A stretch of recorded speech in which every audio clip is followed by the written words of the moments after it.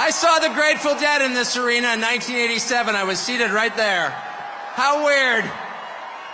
It's such an honor to be here, and it's wild. Just another day following Bobby Kennedy Jr. at a Donald Trump rally in Madison Square Garden. I mean, what? That's totally normal. Liz Cheney's out there with Kamala Harris. And there's Bobby Kennedy calling to protect women's sports at a Trump rally. It's a realignment. It's unbelievable. And the fact that it's here is even sweeter. Imagine if you're, and just pause for one moment. Imagine you're Donald Trump. You're from New York City. You become famous in New York City. You make your fortune in New York City. And all of a sudden, the leadership of New York City decides they're going to destroy you because they don't like your politics. And so they... Yeah, boo. Imagine if that were you, though. And they try and take everything that you have. They try and put you in prison. They try and put your children in prison. If that happened to you, how often do you think you'd be going back to New York City? How about never? And yet he's here. It's like getting thrown out of a bar. And you think to yourself, well, you know, all my friends are in the bar. And you approach the door and there's the bouncer like, you're not allowed in here.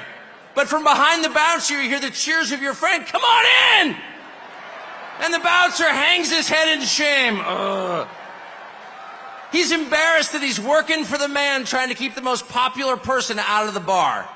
And that's Donald Trump back in the city that produced him with no embarrassment at all, in a room full of his friends. The stones that takes, the bravery that takes, is incredible. Donald Trump's going to win. He's going to win. I know that that's true. Why is Donald Trump going to win? The people he's about to defeat have no idea. And they're panicked. They have no idea why people like Donald Trump. And their first theory was, well, Donald Trump is evil, so half the country's evil also. And that's one of the reasons they spent the last 4 years trying to destroy the country, because they're mad at its voters for liking Donald Trump. How much easier would it have been just to pause for 20 minutes and ask yourself honestly in some silent place, why do people like Donald Trump? And if they had been honest enough to ask themselves that question, they would have come up with the two main reasons, and here's what they are. The first reason that people like Donald Trump is because he likes them. That's why. And it's real. Affection is something you can't fake. I don't care how many times Kamala Harris would tell me she loves me, I don't believe her. I saw her kiss her husband with a mask on. A mask on. That's her version of love. It's fake. It's not real. They spent 10 years telling you Trump is a hater. Do you feel that on him? No, you don't. Because it's not there. I've spent a lot of time with Trump. And there's not one moment I've ever been with him off camera where he's spending his time grousing about people he hates. Ever. He's talking about the people and the country he loves in his private time. Trust me. And people know, in a country that has been taken over by a leadership class that actually despises them and their values and their history and their culture and their customs, really hates them to the point that it's trying to replace them, they know someone who actually has affection for them, and that's Donald Trump. And it's requited. It's requited. They know. When he goes to McDonald's and serves fries, like, he's not faking that at all. That's why that worked. Democratic media consultants are like, how is that working? Because it's real. That's why. And the second reason that people love Trump, and I put myself in this category, it's why I'm here today, is because he's liberated us in the deepest and truest sense. And the liberation he has brought to us is the liberation from the obligation to tell lies. Donald Trump has made it possible for the rest of us to tell the truth about the world around us. And that's the single most liberating thing you can do for people. If you want to enslave people, if you want to degrade them, force them to tell lies. And they have. They forced us to lie about everything at gunpoint, effectively. They put people in prison for refusing to lie. And not just the obvious lies that men can become women or Vladimir Putin blew up the Nord Stream pipeline. No, honestly, he did. January 6th was an insurrection. They were unarmed, but it was very insurrection-y. Not even the obvious ones, but the big lie. You know what the big lie is? The big lie is that they're impressive. That's what the big lie is. That the people in charge have somehow earned the right to rule over you, and they haven't. And you know that. These are the single most useless people in the United States. They have no skills whatsoever. They've got 3/4 of the money, and they didn't earn it. They set up a system precisely for the purpose of awarding themselves wealth and power when it's undeserved. You look at Liz Cheney and you ask yourself honestly, what skill could she possibly have that allowed her to send hundreds of thousands of people to their deaths? Did she earn that? I don't think she did.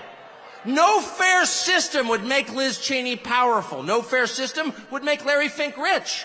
No fair system would elevate someone like Kamala Harris to a presidential nomination.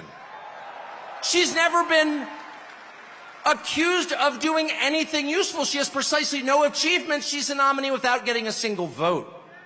She is a metaphor for the system they created to make themselves rich and powerful, and then they have the gall to lecture you, the people who can actually change a flat tire and repair a power grid, who have useful jobs, who pay your taxes and work 40 hours a week, lecture you that you are somehow immoral. And Donald Trump has empowered the rest of us through mostly just sticking around in the face of their hate and abuse and persecution. He has given the rest of us the right to call BS on the charade. No, you are not better than us. No, you are not smarter than us. No, you do not deserve what you have. You probably stole it. No, you're not going to bully me into silence anymore. And I can promise you at this point, 9 days out, when Robert F. Kennedy Jr. and Elon Musk and Tulsi Gabbard and pretty much every high school senior and college shorty girl in the country has come out finally say, yeah, I am for Donald Trump, actually. When the entire country has realized there is nothing embarrassing about this, what's embarrassing is to take a perfectly great country and destroy it, as they have. I'm not ashamed. You should be. At that moment, it's going to be pretty tough for them 10 days from now to look in the eye to America with a straight face. It's going to be pretty hard to look at us and say, you know what? Kamala Harris, she got 85 million votes because she's just so impressive. As the first Samoan, Malaysian, low IQ, former California prosecutor ever to be elected president, it was just a groundswell of popular support. And anyone who thinks otherwise is just a freak or a criminal. At this stage of the game, after 9 years of listening to their lies and finding every single one of them totally false, no, it's not safe and effective, and no, she's not impressive. It's very hard for me to believe the rest of us are going to say, you know what, Joe Scarborough, you're right. You're right.